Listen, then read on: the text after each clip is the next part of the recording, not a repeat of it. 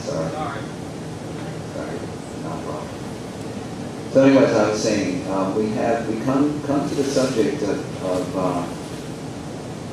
disagreement, disunity, division, with a considerable degree of skepticism after a century of time, and that possibly rightly so. We all are compelled, because of our relationship with Christ and because of our sensitivity to his prayer in John 17, that we be one, even as he and his Father were one, are one. Our sensitivity compels us to do everything within our power to answer to our responsibility towards each other in brotherly love, to remove disparity from us in our interests of maintaining sameness of mind and spirit in Christ. We cannot live in the context of a division and feel satisfied that we are making an offering in righteousness to the degree that our Lord appears to have put upon us in our stewardship of the truth. Being Christadelphians, we have a high priority on the truth. The truth is our hallmark. In my own life, the truth was the most important thing to my parents, for us when we were growing up. Those of you who may have known my father, Brother Giordano, know what the truth meant to him. When I got married, I told my wife that the truth would be the center of our lives, along with righteousness. At the dinner table, in every meal, and we had many of them together as a family, at the end of every prayer, the entire time our children were being raised, I would say, thank you most of all. And my children would in unison say, for the truth. We did this the entire time they were growing up. I recently, after my father fell asleep in Christ, we built an addition onto our house to take care of my mother, who just fell asleep in Christ last January. She said she was with us for 7 years. And in that project, we created a great room that we used for ecclesial work. And I named my house Aletheia, which is the Greek word for truth. And Jesus said, I am the way, the truth, and the life. He said, I am the way, the Aletheia, and the life in Greek, and so on and so forth. And all the primary references in the New Testament is truth. Truth is a very important thing to me. I stand for it. I have taught it to as many people as I could manage to bring into a conversation about it. And there's really nothing more important to me in my life. So I, like many of you, like probably all Christians in the world, have placed truth in this very special priority. So because of that, we are highly sensitive to discrepancies or contradictions that seem to put in part something that is not true in the context of truth. That's important to us in light of what John said when he said, no lie is of the truth. So we have no toleration for the intrusion of something that is wrong in our understanding of the truth. And that's where our efforts have turned in the past in the various fellowships that Christadelphians have experienced over the last 150 years of their time in this world.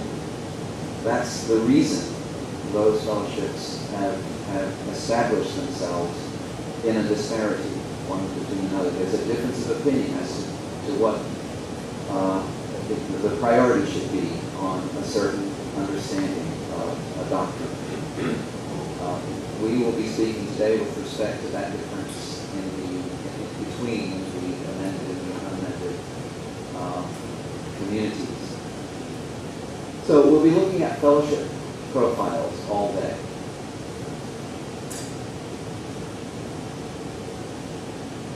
And we can't come to this subject after failing to eradicate the decision in North America now for 113 years since the amendment was added to the Birmingham United Statement of Faith. you can't think about this without a high degree of skepticism. My father went through 4 formal efforts in this country, and by the time he was old and in his 80s, told me, he said, I don't ever think we will see a reunion in North America. And yet, we know it's possible, don't we? Because we have 2 continents in which there was a precedent for reunion. England and Australia. They managed to do it. So that gives us proof that it can be done. And yet, in spite of that, the last 50 years or so, we've not been able to do it in North America. So there's one way you can look at that, and that is in light of what Jesus said when he said the Master's coming would be delayed. And as a result of that delay, brethren would be beating on one another, and they would be eating and drinking with the drunkard. So, what did he mean to say by that? I think he meant, generally speaking, in the last days they would be so dark, as they were in the days of Noah, that the discord and dissipation of the world at large would seep into our relationships inside the vineyard, and the result would be what he prophesied would affect us just before it's coming, and because of the delay specifically. That's one way to look at it. And we can say, well, you can't counteract this view that Jesus had at the time just before he comes. We know that he said if he didn't come, all flesh would perish. And we live in those days. We know that in the days of Noah there was only one righteous man in the world that God had any interest in saving, and he saved him and his family with him. So 8 people out of the millions that lived in those times were the only ones that God felt were worthy of floating on the waters of salvation in that day. On the other hand, we were just talking about this on the drive up, but there's an interesting series of events in Psalm 133. Remember, Psalm 133 speaks about how good and pleasant it is when brethren dwell together in unity. Whenever we have experienced that unity and the joy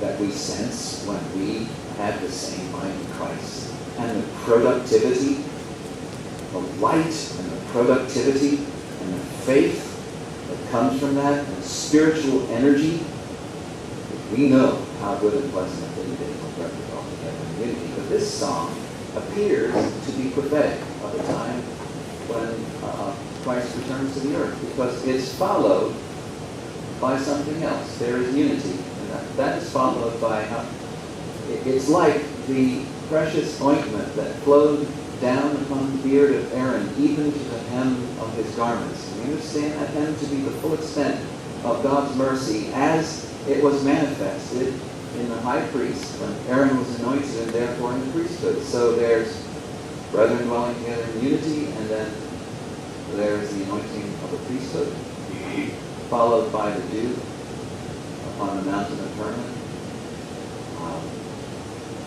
which we know metaphorically speaks of the resurrection, which was in turn followed by a command of life that was given on Mount Hermon. I can't tell you that those are chronological events that take place, but if they are, there is unity. And then there's an anointing of the priesthood, and then there's the resurrection, and then there's the command of life.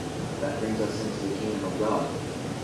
It wouldn't be inappropriate, would it, for there to be an anointing of a priesthood which becomes that royal administration that enables Christ to take rulership of the world and bring it into a condition of peace and righteousness. So if that's a picture of a condition at the time of the second coming of Christ, there's a glimmer of hope in it. The immediate guiding light for those of us whose hearts are invested in unity among brethren. And that guiding light would be that somehow through the answer of prayers made for 100 years, unity was provided for all those who sought it. If that were the case,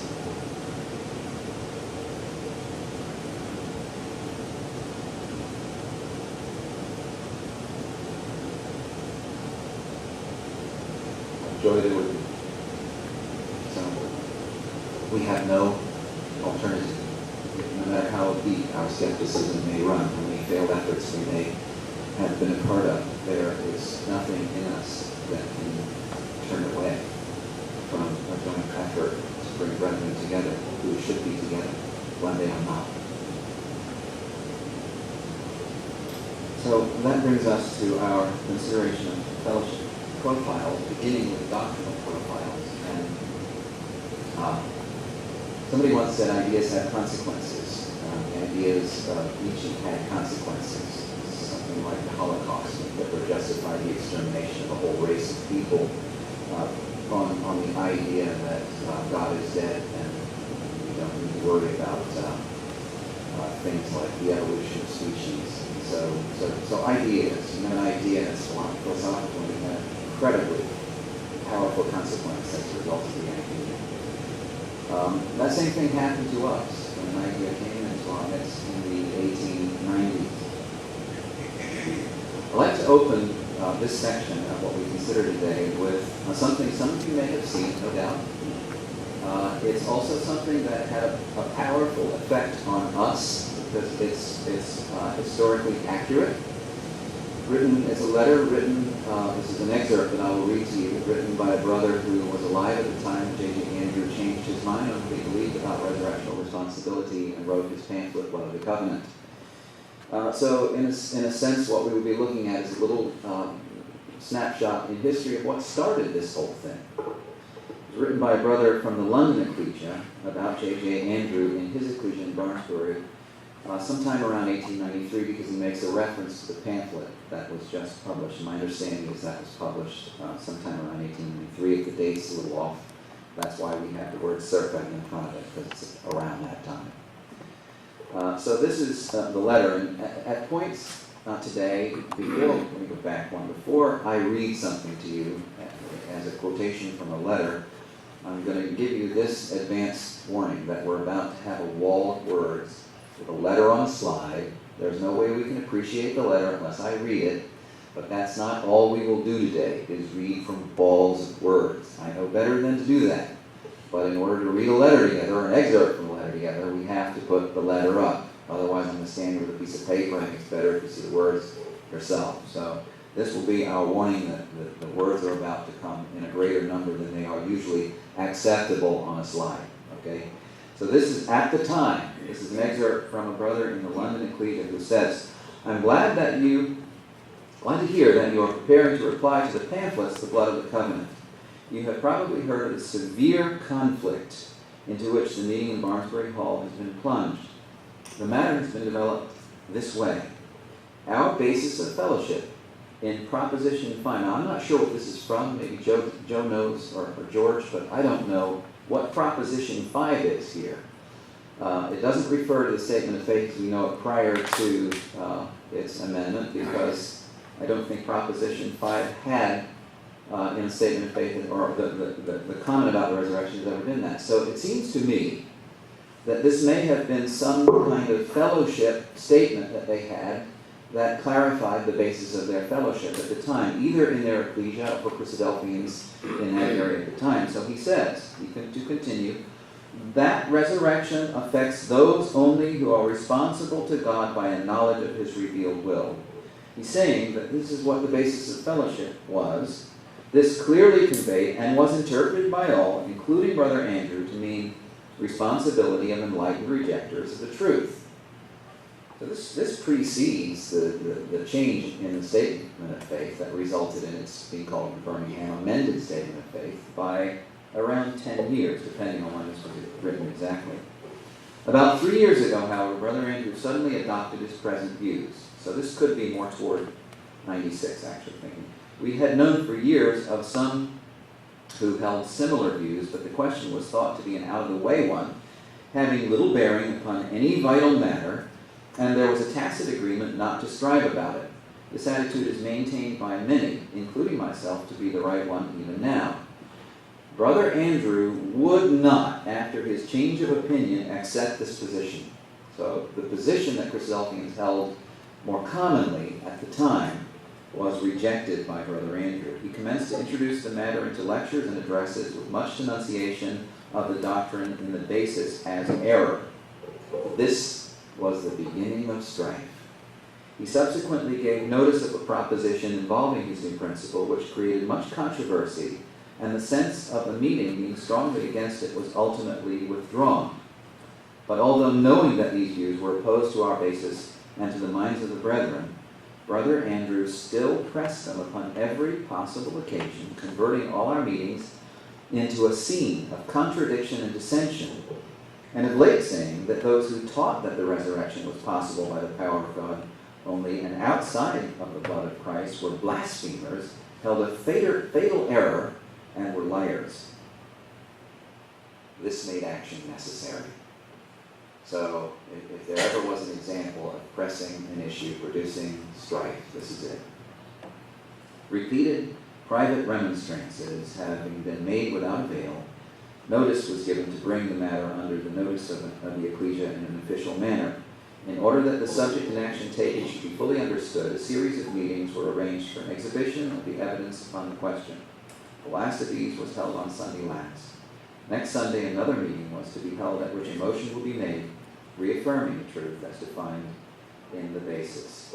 I thought it best you should be in possession of these facts. And this got passed down, recorded in the office. We picked up a copy from Brethren in Petersburg, who had received it from the editor of the Christadelphian at the time, as some kind of substantive record of what happened in the issue at the time. So this is kind of orients us on what we will be speaking about in the remainder of our time in part one. And that is this idea that had a grave consequence for Christadelphians and has affected us and our children and our converts and the faith of many, incalculable number of people whose faith has been affected as a consequence of this idea. I myself actually remember when my parents introduced the truth to two strangers when I was a little boy. And I think I must have been about 6 or 7 years old. And I remember at the time my mother crying. I asked her why she was crying. It was because they were trying to teach them the truth. When they found out that Christadelphians were divided, they lost their interest. This upset my mother so much that she started to cry. When I saw my mother cry, it upset me. So I suppose you could say my introduction to this, to the consequences of this idea, occurred when I was about 7 years old in the context of my mother's tears. And that was in the context of preaching the gospel to people whose eyes were opened but who were discouraged because of our disparity. This whole thing, therefore, has a doctrinal root, and to us that is critical. It is critical because we hold to the truth, and we hold that no lie is of the truth. I'm going to spend a little bit of time showing you how I understand this doctrine, not because I think you don't understand it yourself. You may not. This may be an introduction that you sort of have avoided for years and now will suddenly be thrust into in our remarks here. It certainly is a doctrine that I avoided all my life. See what it had done to Christadelphians in my father's efforts to bring them together. Made up my mind I was never going to read this book, The Blood of the Covenant, until I arrived at the age of 63, and then changed my mind. Changed my mind for one reason, and that was I felt that it was not over. I would probably be dealing with it one way or another in the years ahead, and because of that, I felt that I have to. It was probably safe now, at my age of 63, to consider the things in it without being fooled one way or another, or succumbing to falling on one side or another of a fence. I felt that I could look at this book objectively through Scripture and still remain where I was in the place of my faith without any threat. George? Yes. Brother J.J. Andrew, I noticed that people in America, there was a brother in America who formed a magazine called Week, which essentially became the magazine of the Unedited Fellowship. He did not, so far as I understand, endorse what J.J. Andrew was saying. And I think it's fair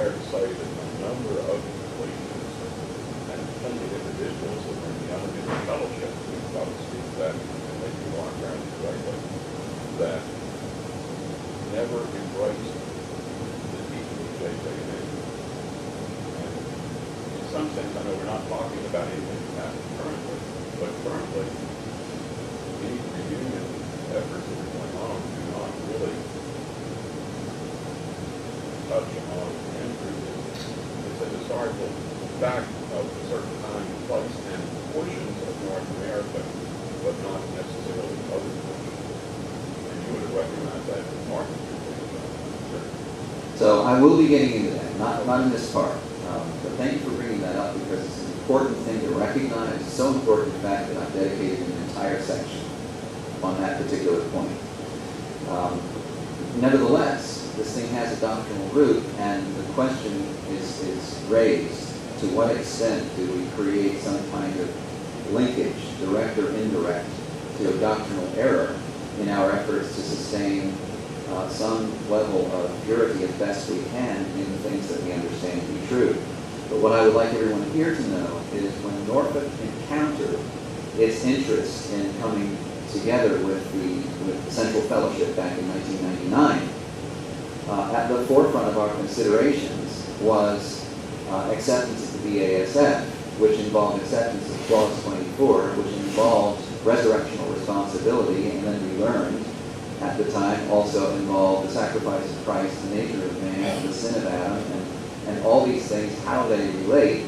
We didn't understand how they related in the context of the division because we didn't know what Andrewism was. My father was not willing to explain it to me except in a very short conversation that I had with him, and we'll get into that in another part as well. But we had to have a brother come in, this was Brother Harry Burns, who had been raised in this doctrine and had later came to an understanding, had later come to an understanding that what he had believed all his life about this was not right. So we had him in for a study weekend to explain what Andrewism was to us, so that when we rejected it, coming into Central Fellowship, we understood what it was we were rejecting. Otherwise, what kind of a rejection to say we don't believe in Andrewism, and somebody says, well, what is it that you're saying you don't believe? We don't know actually, but we don't believe it. That's not valid. So we had him in, and when he explained it, we went, but I still was not really kind of tuned to that frequency. So over time, we have made the point to understand it simply to get at the root of this doctrinally, because I think if that doctrine weren't there, there would never have been a division, and consequently these other issues that have come to bear on our separation probably wouldn't be present. It wouldn't be and carry the weight that they do if they were.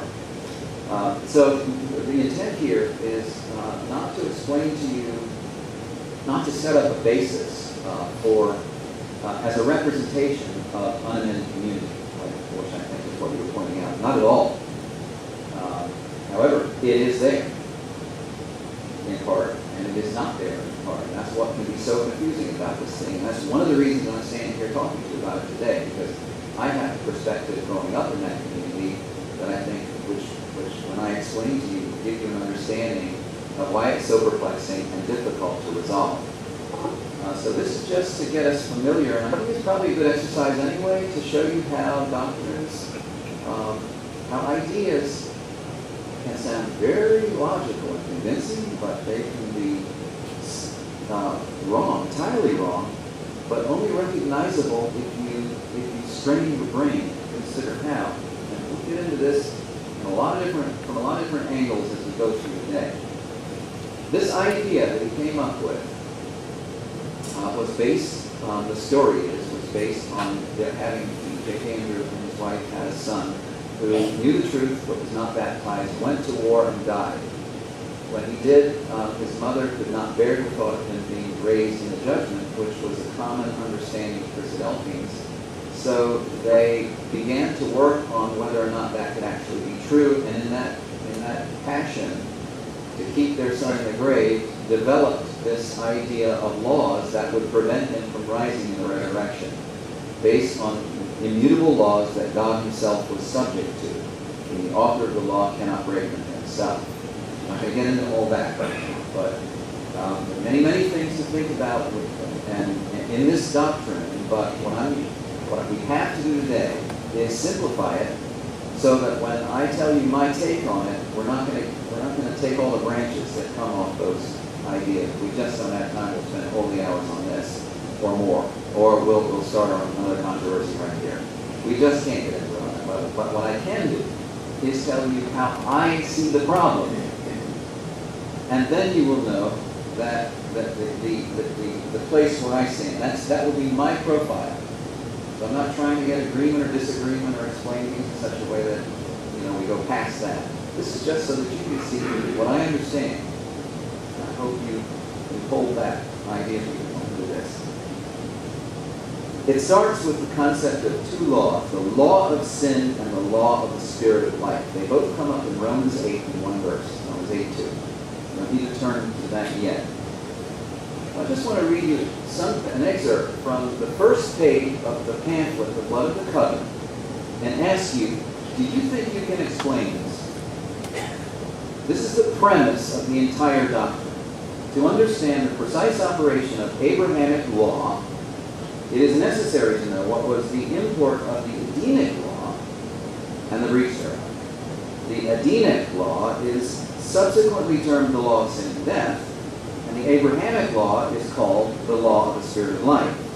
All men are under the first law, but a comparatively small portion are under the second law. Raise your hand if you think you can explain it. Well, that's even better. I thought somebody would raise their hand. That's even better than I thought. Okay, so here's the first point. This doctrine is so difficult to understand that you have to kind of really get into this and point by point, overlay by overlay, examine the logic of it, which is impeccable.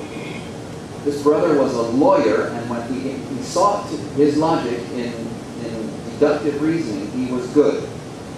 The problem is, with deductive reasoning, is it's based on a premise. And if the premise is wrong, everything that follows logically is wrong. And its premise is wrong. And I will show you how I think the premise was wrong.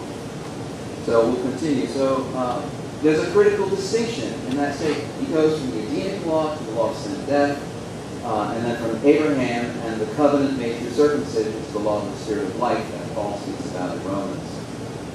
So you're thinking, well, that's a lot of law. And yes, it is. So where is the law of sin and death? Let's take a look at it. His premise is that the law of sin and death is an external law of God. It's over us all. It was a law. The law of sin and death was a law that God pronounced when he told Adam, in the day that you eat thereof, you shall surely die. Dying, you shall die means he will be sinful, and that the consequence of that sin will be his death. So that doesn't sound like far off, does it? It sounds quite reasonable based on just a cursory or a simple look at the statement. What you don't see here is what is subtle, and that is that he said this is an external law over us all, the same as Edenic law, that is the law of sin and death. That means that in Adam, we are all under this law, hence the phrase "damn condemnation." So in page 1, reading it again, this is what he says, and this time I've highlighted the problem. The Edenic law is subsequently termed the law of sin and death. The Abrahamic law is called the law of the spirit of life. All men are under the first law, but a comparatively small portion are under the second. This is Adamic condemnation. But is that what Paul says? Now I would like you to look at Romans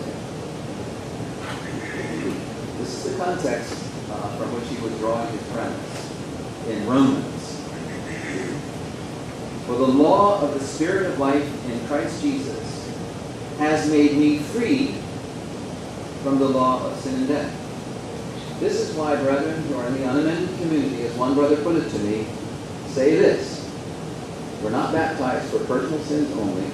When we are baptized, we come out of Adam and go into Christ, which in a simple sense makes sense to everybody who understands the truth. The problem is, what's underlying an understanding comes from what he wrote here, and what J.J. Andrew wrote here, and what he wrote here doesn't really follow from what Paul actually means when he says the law of the Spirit of life in Christ Jesus has made me free from the law of sin and death. Now, at this point, I'm going to stop and take a deep breath. tell you this. My dad told me, he warned me, one of the reasons I came here with great trepidation, but trying to be courageous and speak about this anyway. He said, the more you talk about this problem, the worse it gets. So don't talk about it. George, back there nodding is absolutely. Why are you putting us on this? Not everybody in the culture believes that. Okay, so I'm going to go a little further. I know that. I'm going to make that point all day, George. So we're good. Just in order, I build as I go. So in order to follow this, we've got to lay a foundation and then build on that foundation. Right now, we're talking about the problem.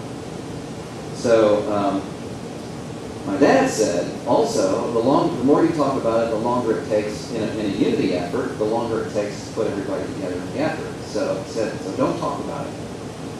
I remember speaking to some brother from Adelaide when this whole thing came up, and I said, I've got a few questions about Andrews, and I think I'd like to talk about it. He went, don't bring it up. James Mansfield, Des Mansfield. So I said, well, okay, I got it. On the other hand, and this is out of context a little bit, but Harry Tennant, you may have heard this talk. He's talking about reconciliation in marriage. He says this: talk, talk, talk. Remember that one? So we know there's a paradox there. Sometimes when you talk about something too much, he and I have learned this in 41 years of my life together, talk about something too much, just gets worse. And then other times you have to sit down and talk about it, even though it may be a little bit uncomfortable, because that's what makes it get better. So where in this do we go? I think where there's trust, we can talk. And sometimes talking about things lays a foundation for trust. That's actually what I hope to do in this segment, is lay a foundation for trust. Illustrating to you that I understand this problem, and then when we speak about the scope of the problem and its effect on fellowship and the perception that the central fellowship has of this problem, you will trust me having gone through this. That's my motive for doing this. So, the law of the Spirit of life in Christ Jesus has made me free from the law of sin and death. Where is, therefore, the law of sin and death? J.J. Andrews said we are under it as a result of God's condemnation in the garden. But Paul explains himself in an earlier context when he says in Romans 7:21, I find then a law that when I would do good, evil is ever present with me. So let me ask you a question. Now that we're kind of getting our minds into this, is that a law of God? When I would do good, evil is present with me. Is that a divine law? Because he's speaking here about the law of sin and death. When I explain to you what the problem is, you'll get it immediately. He says this, for I delight in the law of God. He got that from the law of Moses, and especially he got it from the law of Christ. In my inner being, no longer on tablets of stone, but now written as a new covenant upon my heart, Paul is saying. Something I get because my conscience understands the meaning of sin and death through the sacrifice of Christ. I delight in the law of God, in my inner being. But I see another law in my members, warring against the law of my mind, which is the law of the Spirit of life in Christ, coming through faith, based on understanding, and bringing me into captivity to the law of sin, which is in my members. So you remember what J.J. Andrews said? We are all under the law of sin and death. Where does Paul say it is? He says it is in our members. That's a critical distinction. It's more subtle than most people can follow if they just read this on the surface. But it is the very distinction that gives rise to the problem being how all of this affects our understanding of the sacrifice of Christ, the atonement, the nature of man, the sin in the garden, and how that sin has affected all of us ever since. In other words, the law of sin and death is internal. It's in our members. It's our nature. It's not external, something that God placed over us. God placed over us the sentence of death, or he also made that a part of our members, as a consequence of the law of sin and death, which was in Adam and Eve's members and in their thoughts. It was where the temptations came from. It was what caused them to sin in the face of the law of God had put on them in the garden.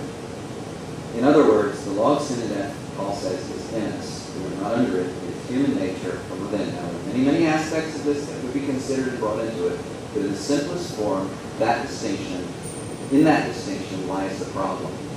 The law of sin and death is our very nature. It's in us. It's what produces temptation. It is not a divine law that causes the evil in our members. That just doesn't square with anything we understand in Scripture, and yet it is the very premise of J.J. Andrews' doctrine. So, the critical distinction here is how this relates to justification. Because we know we don't have any relationship to the sacrifice of Christ or part in the kingdom if we are not justified. So what justifies us is critical to our faith. And once again, I may sound like I'm teaching and preaching here. I'm not. I'm just explaining to you what I understand. So if I understand with some degree of emphasis or Italian passion or whatever, it's not because I'm trying to get you to buy into this. That's just the way I understand that. So this is how this relates to justification, which is the crux of the issue. Either we are justified by faith, which is what we understand the case of faith justifies us, or we are justified by a legal shift that occurs as a result of baptism or circumcision in the status from one law to another. A shift in status as a result of a legal condition.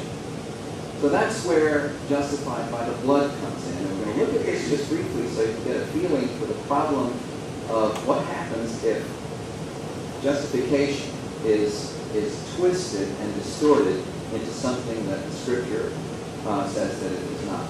If we are justified by the blood of Christ, does that kind of language, is it meant to be literal or figurative? So when you think about that, you go, well, there's nothing more literal